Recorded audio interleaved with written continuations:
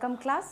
आज हम देखते हैं सेल्स के बारे में, दैट इज़ अ कोशिका। ठीक है, कोशिका किसको कहते हैं? कोशिका that is a functional and structural unit, है ना, जिसको हम लोग क्या कह सकते हैं? Cell is also called to the functional and structural unit, है ना। मतलब कि कोशिका किसे कहा जाता है? शरीर की संरचनात्मक तथा क्रियात्मक इकाई को हम क्या कहते हैं? सेल कहते हैं। ठीक है, तो यहाँ पर देखिए सेल्स को मैंने कुछ इंपॉर्टेंट पॉइंट्स बताए हैं जिनके अकॉर्डिंग हम क्या है ईजिली सेल्स के बारे में हम पढ़ सकते हैं। सबसे पहले यहाँ पर लिखा है साइटोलॉजी। साइटो मीन्स होता है सेल्स या कोशिका, और लॉजी मीन्स होता है स्टडी, मतलब उसका अध्ययन। ठीक है, तो कोशिका के अध्ययन को हम क्या कहते हैं? साइटोलॉजी, है ना। क्वेश्चन आता है कि कोशिका के अध्ययन को क्या कहा जाता है? तो साइटोलॉजी कहा जाता है। यह साइटोलॉजी क्या है? तो जिसके अंदर हम कोशिका के बारे में अध्ययन करते हैं। कोशिका क्या है? तो शरीर की संरचनात्मक एवं क्रियात्मक इकाई को हम कोशिका कहते हैं, या फिर स्ट्रक्चरल बॉडी के स्ट्रक्चरल एंड फंक्शनल यूनिट्स को हम क्या कहते हैं? सेल्स कहते हैं। ठीक है, नेक्स्ट देखते हैं रॉबर्ट हुक, है ना। तो सबसे पहले कोशिका की खोज किसने की थी? तो रॉबर्ट हुक ने की थी। और कब की थी? 1665 में, 1665 में इसकी खोज की थी। तो जो रॉबर्ट हुक था उसने किस में की थी? डेथ सेल्स में, है ना।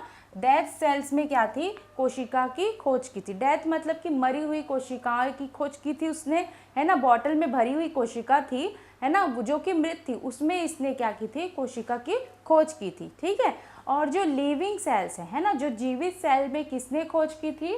तो लुबेन हॉक ने 1674, है ना, 1674 में लुबेन हॉक ने जो था जीवित कोशिकाओं की खोज की थी, है ना। जीवित कोशिका की खोज किसने की थी? तो लुबेन हॉक ने 1674 में की थी। इसी कारण लुबेन हॉक को क्या कहा जाता है? Father of bacteriology. ठीक है, क्या कहा जाता है? फादर ऑफ बैक्टीरियोलॉजी, क्योंकि लुबेन हॉक ने किसमें की थी? जीवित कोशिका की थी। ठीक है, और ये याद रखना रॉबर्ट हॉक ने किसने की थी? डेथ, है ना, मृत कोशिका की खोज की थी। ठीक है, मृत कोशिकाओं से ही खोज की। नेक्स्ट होता है, आपको क्वेश्चन पूछा जाता है ना, कि सबसे लॉन्गेस्ट, लार्जेस्ट और स्मॉलेस्ट सेल क्या है ना। तो यहाँ पर कुछ बिंदुओं में मैंने बताने की कोशिश की है कि जो हमारे जो शरीर में सेल डिवीज़न जो रहता है वो ज़िंदगी भर चलता है ना, at birth to end of the life. ठीक है, लेकिन बर्थ के बाद, है ना, जन्म के बाद कुछ ऐसी कोशिकाएं होती हैं जो कभी भी सेल डिवीज़न नहीं करती, मतलब कोशिका विभाजन में भाग नहीं लेती। तो वो कौन सी कोशिका है? तो वो कोशिका होती है नर्व्स, है ना। नर्व जिसको हम लोग बोलते हैं तंत्रिका, है ना। ये एक ऐसी कोशिका होती है जो हमारे जन्म के बाद कभी भी कोशिका विभाजन नहीं करती, लेकिन बाकी जितने भी हमारे सेल्स हैं वो क्या करते हैं? कोशिका विभाजन में भाग लेते हैं। जैसे जैसे बर्थ के बाद एक चाइल्ड का या एक इन्फेंट का ग्रोथ एंड डेवलपमेंट होता जाता है, वैसे वैसे सेल डिविजन्स भी कंटिन्यूसली होते जाते हैं। तभी तो उसमें क्या होता है? एक चाइल्ड में ग्रोथ होता है, एक बच्चे में ग्रोथ होता रहता है, उसके हाथ पैर बड़े होते हैं, है ना, मांसपेशियाँ बड़ी होती है। किसके द्वारा होती है? सेल डिविजन्स के द्वारा। लेकिन कोई एक कोशिका जो कभी डिवाइड नहीं होती तो वो हमारा नर्व्स होता है। ठीक है, वो कभी भी डिवाइड नहीं होता, वो कभी भी कोशिका विभाजन में हिस्सेदारी नहीं लेता। ठीक है, और क्या होता है? सबसे लॉन्गेस्ट सेल जो रहता है हमारी पूरी बॉडी में पाई जाती है वो कौन सी है? नर्व सेल्स, है ना, जिसको हम लोग क्या कहते हैं? तंत्रिका कोशिका। क्वेश्चन पूछता है कि हमारे शरीर में सबसे लंबी, है ना, सबसे लॉन्गेस्ट सेल्स कौन सी, सबसे लंबी कोशिका कौन सी है? तो वो कौन सी है? नर्व सेल्स, तंत्रिका कोशिका। दूसरा क्या होता है? हमारे बॉडी में सबसे स्मॉलेस्ट सेल कौन सी है? सबसे छोटी कोशिका कौन सी है? तो वो क्या है? स्पर्म या फिर शुक्राणु की कोशिकाएं जो रहती है वो सबसे छोटी होती है। तीसरा जो होता है सबसे लार्जेस्ट, है ना, सबसे लार्जेस्ट जो है कौन सी कोशिका होती है ना, तो वो कौन सी है? एग, अंडाणु की कोशिका सबसे लार्जेस्ट कोशिका होती है। ठीक है, नेक्स्ट है कि जीव जगत में, है ना, जीव जगत में सबसे छोटी कोशिका कौन सी होती है ना। तो जीव जगत में मतलब कि लिविंग वर्ल्ड में सबसे स्मॉलेस्ट सेल्स कौन सा है? तो दैट इज प्लाज्मा। माइकोप्लाज्मा जो है ये जीव जगत मतलब लिविंग वर्ड का सबसे छोटा जो है कोशिका होता है, ठीक है। और लिविंग वर्ड मतलब कि जीव जगत की सबसे लार्जेस्ट सेल कौन सी है, सबसे लंबी कोशिका कौन सी है, तो वो कौन सी है, ऑस्ट्रिच एग। ऑस्ट्रिच एग मतलब क्या होता है, शुतुरमुर्ग का अंडा, है ना। शुतुरमुर्ग के अंडे का सबसे बड़ी कोशिकाएं इसमें ही हमको देखने को मिलती है। जीव जगत में क्वेश्चन आते हैं, जीव जगत में सबसे लंबी कोशिका किसमें देखने मिलती है, तो दैट इज ऑस्ट्रिच एग, मतलब कि शुतुरमुर्ग के अंडे में हमको सबसे बड़ी कोशिकाएं देखने को मिलती है। ये हुआ पूरा कोशिका का इंट्रोडक्शन, एक परिचय हुआ कि हम कोशिका किसको कहते हैं, कोशिका के अध्ययन को क्या कहा जाता है, कोशिका की खोज किसने की थी, है ना। कोशिका में कितनी कोशिकाएं हैं जो लंबी होती है, सबसे छोटी कोशिका कौन सी होती है, जीव जगत की कोशिका सबसे लंबी कौन सी होती है, सबसे छोटी कौन सी होती है, इसके बारे में हमने अध्ययन किया। आगे देखते हैं according to number of cell division. Cell division मतलब कि कोशिका विभाजन।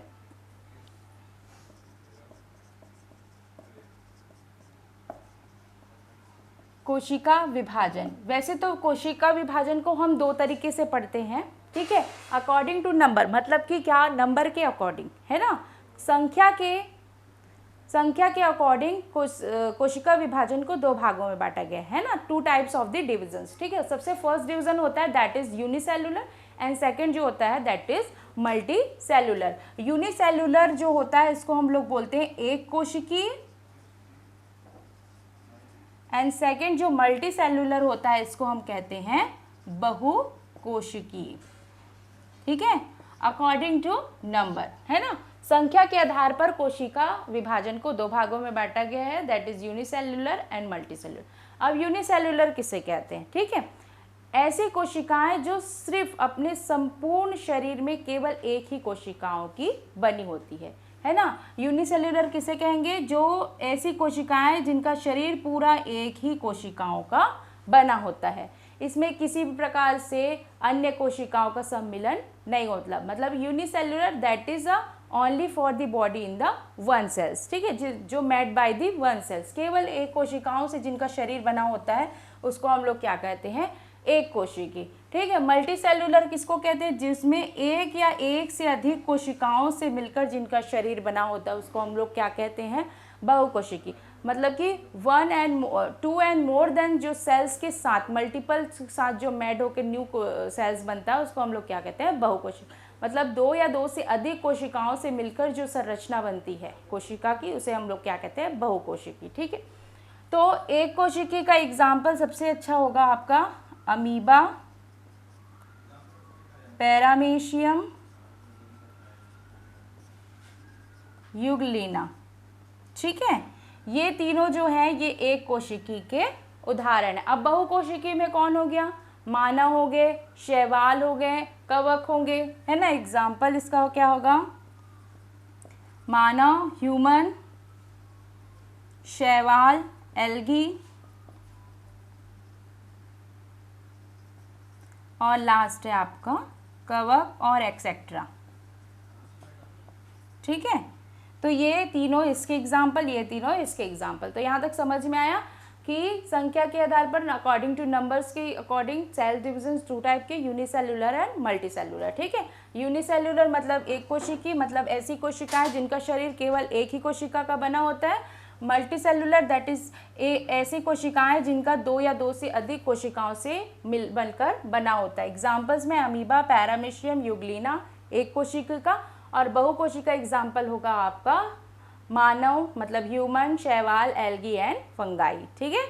अब नेक्स्ट देखते हैं सेल डिवीजन, ठीक है, अकॉर्डिंग टू रॉबर्ट हुक, ठीक है। तो इसने 2 टाइप्स के सेल डिविजन्स किए थे। पहला जो होता है उसको हम लोग बोलते हैं प्रोकैरियोटिक एंड सेकंड जो होता है उसको हम लोग बोलते हैं यूकैरियोटिक, ठीक है। ठीक है, इससे प्रीवियस हम लोगों ने देखा था कि according to numbers of cell types, ठीक है, 2 टाइप्स के सेल थे उस टाइम, कि कौन कौन से थे, यूनिसेलुलर और दूसरा कौन सा था, टाइप मल्टी सेलुलर। अब अगेन देखते हैं टाइप्स ऑफ सेल, ये 2 टाइप्स के होते हैं। पहला होता है प्रोकैरियोटिक एंड सेकंड होता है यूकैरियोटिक सेल्स, ठीक है। प्रोकैरियोटिक सेल्स मतलब कि ऐसे सेल्स जिसमें क्या होता है, सेल्स मेम्ब्रेन एब्सेंस रहता है ना।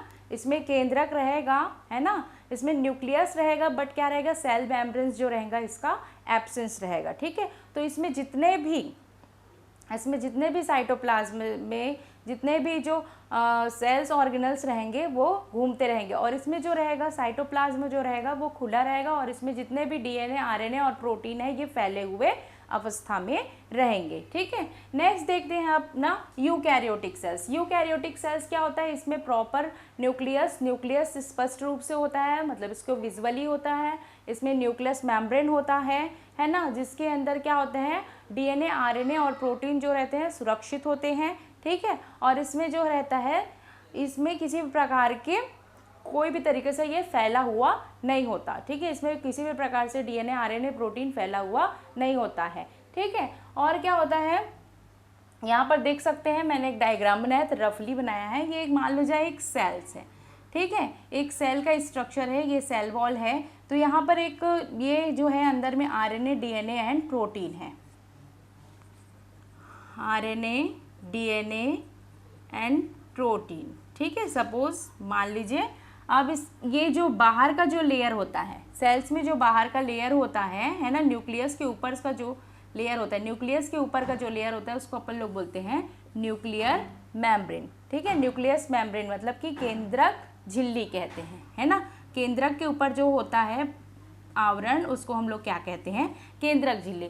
केंद्रक झिल्ली जो रहता है ये आरएनए, प्रोटीन और डीएनए को क्या करता है, समुचित रूप से क्या रहता है, एक साथ इकट्ठा करके रखता है, ये कहीं पर भी फैलने नहीं देता है, ठीक है। और जो बाहरी होता है उसको हम लोग बोलते हैं प्लाज्मा मेम्ब्रेन, ठीक है। अब इसके अंदर जो रहता है प्लाज्मा मेम्ब्रेन और न्यूक्लियस मेम्ब्रेन के बीच जो होता है ये कौन सा होता है, साइटोप्लाज्म, मतलब कोशिका द्रव्य भरा हुआ रहता है, ठीक है। तो यहाँ तक समझ में है।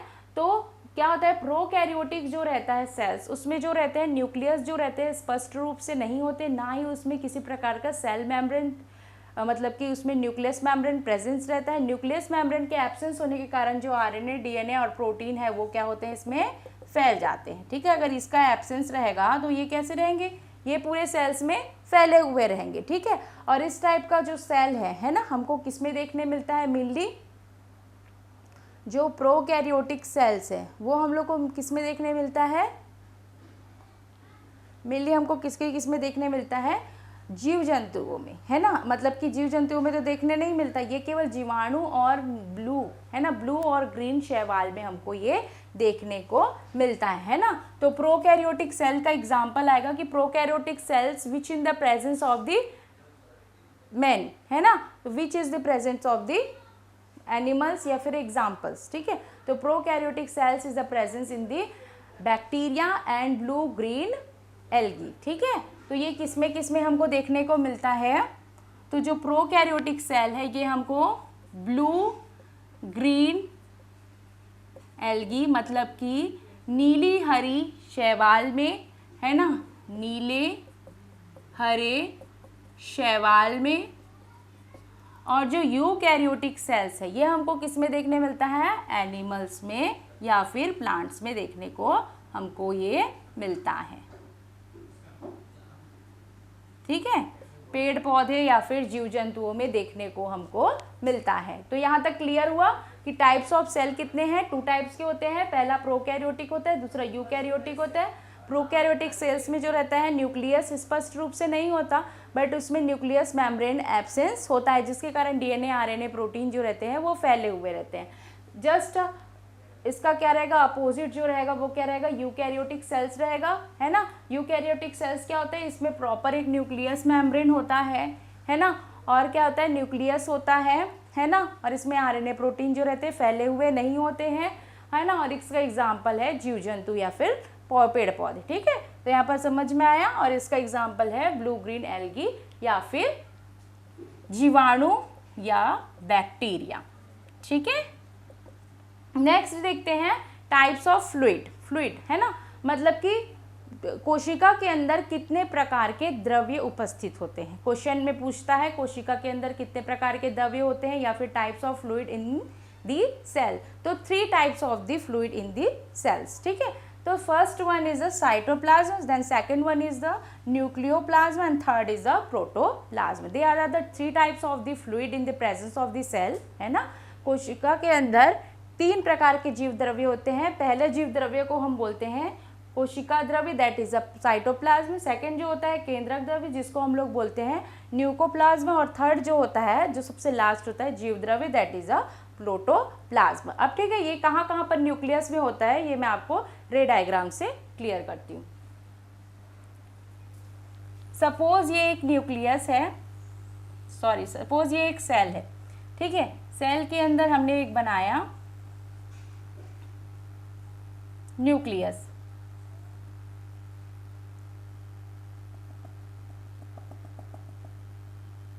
अब न्यूक्लियस के ऊपर बनाएंगे हम न्यूक्लियस मेम्ब्रेन।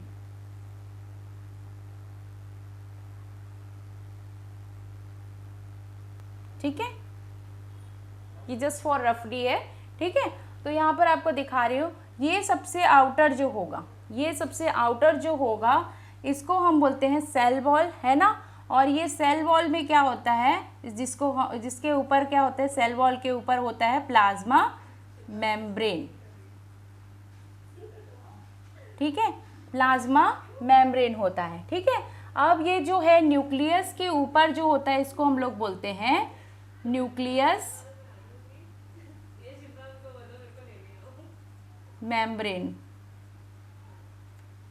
क्लियर हुआ, ठीक है। सिर्फ अभी क्या है, हम टाइप्स ऑफ फ्लूइड्स को ही समझेंगे, है ना। बाकी हम जो रहेगा सेल डायग्राम्स जो रहेगा आगे हम आपको बताएंगे सेल ऑर्गेनल्स के पार्ट्स के साथ, ठीक है। तो यहाँ पर देखिएगा, आपके पास भी बुक्स अवेलेबल होंगे या फिर नेट से आप डायग्राम्स को देख सकते हैं अच्छे से।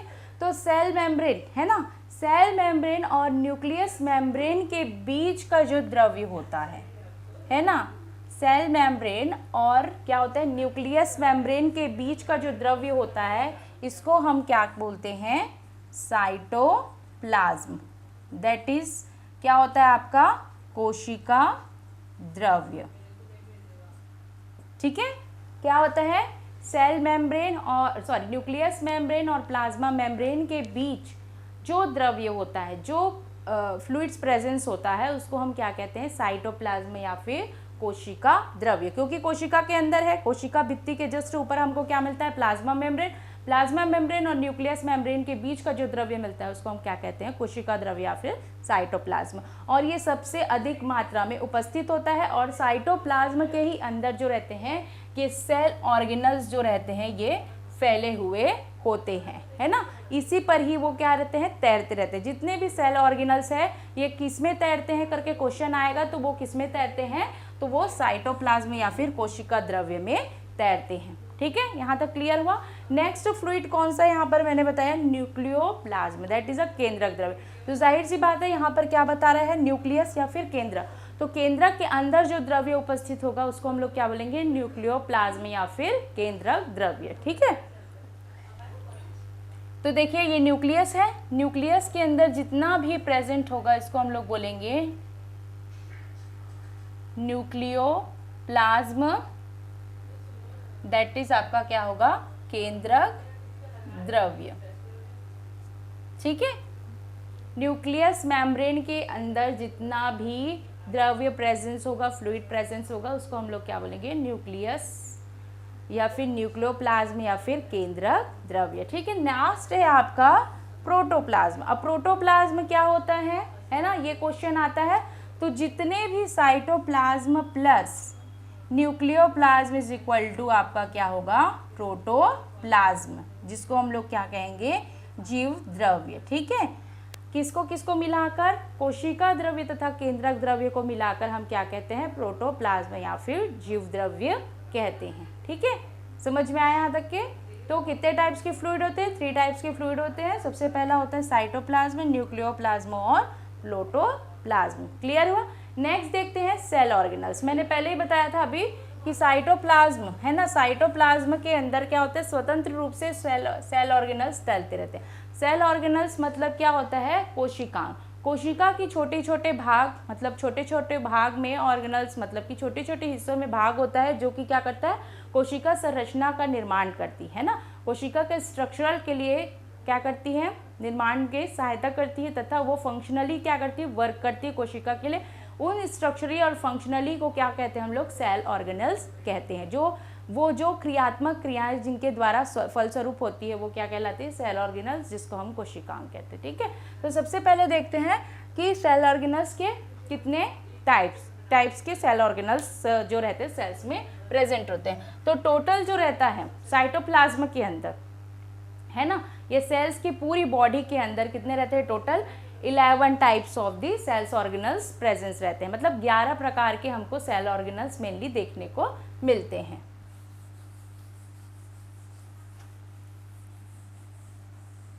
तो सबसे पहला जो आता है, कोशिका का सबसे बाहरी आवरण कौन सा होता है, सेल वॉल, है ना।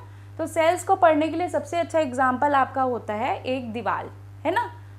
एक दीवार मतलब क्या होता है, जब जो रहता है होम कंस्ट्रक्शंस का जब काम होता है तो सबसे पहले क्या बनाते हैं, बेस बनाते हैं, बेस के ऊपर ईंटें, फिर रेत, सीमेंट, फिर क्या होती है पुट्टी, प्लास्टर, उसके बाद क्या होता है एक वॉल तैयार होता है। उसी तरीके से क्या होता है, कोशिका भी जब बनती है तो सबसे पहले उसका वॉल बनता है, जिसको हम लोग क्या कहते हैं, कोशिका भित्ति। ठीक है, अब ये जो रहता है वॉल किससे, जैसे हमारे घर में वॉल होता है वो हमको किससे प्रोटेक्ट करता है, इन्वायरमेंटली डिजास्टर से या फिर इन्वायरमेंटली जो भी इफेक्ट्स है, इन्वायरमेंटली इफेक्ट से हमको क्या करता है, प्रोटेक्ट करता है। जैसे कि पानी है, धूप है, ये सारी चीज़ों से या फिर बाहरी जितने भी आघात है उससे हमको क्या करता है, वो प्रोटेक्ट करता है हमारे घर का वॉल। इसी तरीके से क्या होता है, सेल के भी वॉल क्या करता है, उसको बाहरी चीज़ों से क्या करता है, प्रोटेक्ट करता है ना। उसमें किसी भी प्रकार का फ्यूजन होने नहीं देता है। सेल वॉल क्या करता है, उसको प्रोटेक्ट करके रखता है, जिससे क्या करता है, जो भी बाहरी चीज़ें हैं उसके अंदर ना आ सके ना जा सके। ठीक है, तो सेल वॉल होता है सबसे इम्पोर्टेंट, और ये सबसे बाहरी आउटर लेयर होता है ना, सेल का सबसे आउटर लेयर होता है। ठीक है, जैसे हमारे स्किन में लेयर होता है, हमारे स्किन में जैसे 3 टाइप्स ऑफ लेयर होते हैं, है ना, तो वैसे ही क्या होता है, सेल्स का जो क्या होता है सबसे आउटर लेयर होता है, उसको हम लोग बोलते हैं सेल वॉल।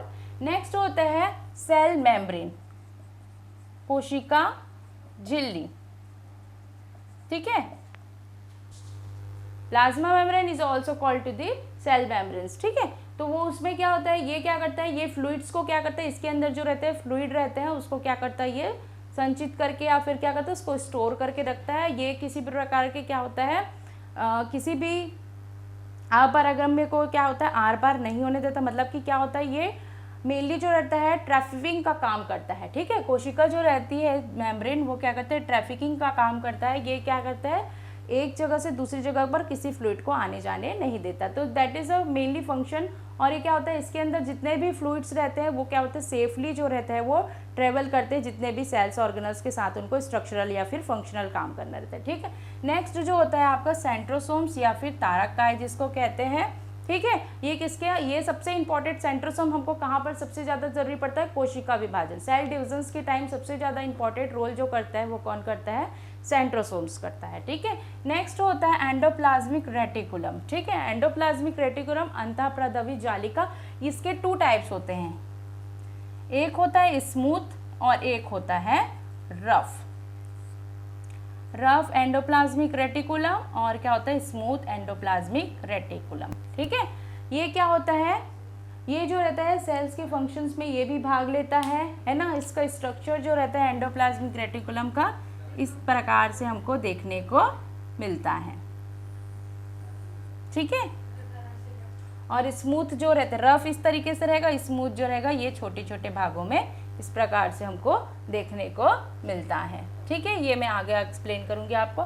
नेक्स्ट होता है माइटोकॉन्ड्रिया, 6 नंबर का होता है आपका mitochondria that is also called to the power house, है ना। इसको हमको क्या करते हैं, ऊर्जा का घर, कोशिका में ऊर्जा के घर के नाम से इसको जाना जाता है, power house of the cells के नाम से इसको जाना जाता है।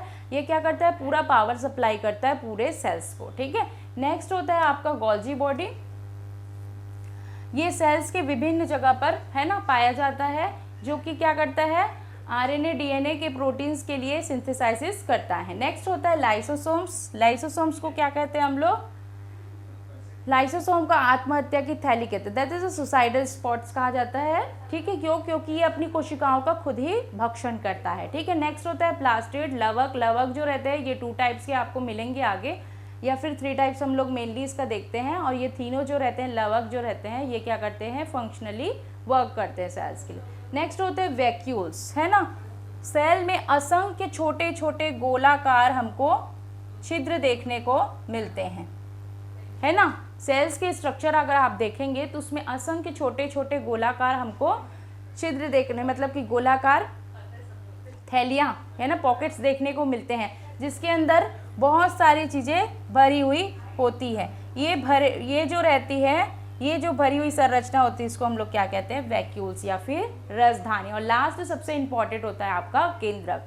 केंद्रक दैट इज ए न्यूक्लियस, जो कि मेनली पूरे सेल्स के फंक्शंस को चलाता है, जिसके अंदर क्या होता है, सेल्स डिविजन जब होता है तो ये जो रहता है मियोसिस डिवीजन, माइटोसिस डिवीजन एवं एमाइटोसिस डिविजन्स को किस तरीके से एक्सप्लेन इसके द्वारा किया जाता है, वो हम सेल डिविजन्स में काम करते हैं, ठीक है। लेकिन केंद्रक जो रहता है ये सबसे इंपॉर्टेंट पार्ट होता है सेल्स का। सारे ऑर्गेनल्स इंपॉर्टेंट्स होते हैं, बट जो न्यूक्लियस होता है ये सेल डिविजन्स में मेनली पार्ट से लेता है, ठीक है। चाहे वो मियोसिस डिवीजन हो, है ना, मियोसिस मतलब अर्धसूत्री विभाजन हो, माइटोसिस हो समसूत्री विभाजन, या एमाइटोसिस मतलब कि असमसूत्री विभाजन हो, इस सब में ये भाग लेता है, ठीक है। केंद्रक का मैंने पहले भी फंक्शनल बता चुका था कि केंद्रक जो रहता है ये मेनली जो यूनिट रहती है सेल का पूरा जो वर्क होता है ये केंद्रक के द्वारा ही चलता है ना। जब जब केंद्रक विभाजित होगा तब तक नई कोशिका की उत्पत्ति होती है, ठीक है। तो यहाँ तक समझ में आया। सबसे पहले हम लोगों ने क्या देखा, टाइप्स ऑफ सेल्स कितने होते हैं, तो 2 टाइप्स के होते हैं, प्रोकैरियोटिक, यूकैरियोटिक। फिर टाइप्स ऑफ फ्लूइड कितने होते हैं, तो 3 टाइप्स ऑफ द फ्लूइड्स होते हैं, साइटोप्लाज्म, न्यूक्लियोप्लाज्म और प्रोटोप्लाज्म, ठीक है। नेक्स्ट देखते हैं सेल ऑर्गेनल्स कितने होते हैं, तो total types of cell organelles 11 है, ठीक है, जिसमें से पहला होता है सेल वॉल कोशिका भित्ति, सेल मेम्ब्रेन कोशिका झिल्ली, सेंट्रोसोम्स तारककाय, एंडोप्लाज्मिक रेटिकुलम अंतःप्रधवी जालिका, राइबोसोम्स, माइटोकॉन्ड्रिया, गोल्जी काय दैट इज गोल्जी बॉडी या फिर Golgi complex is also called. Next होता है लाइसोसोम, नेक्स्ट है प्लास्टिड लवक, एंड 10th है वैक्यूल्स रसधानी, और लास्ट है आपका न्यूक्लियस या फिर केंद्रक, ठीक है।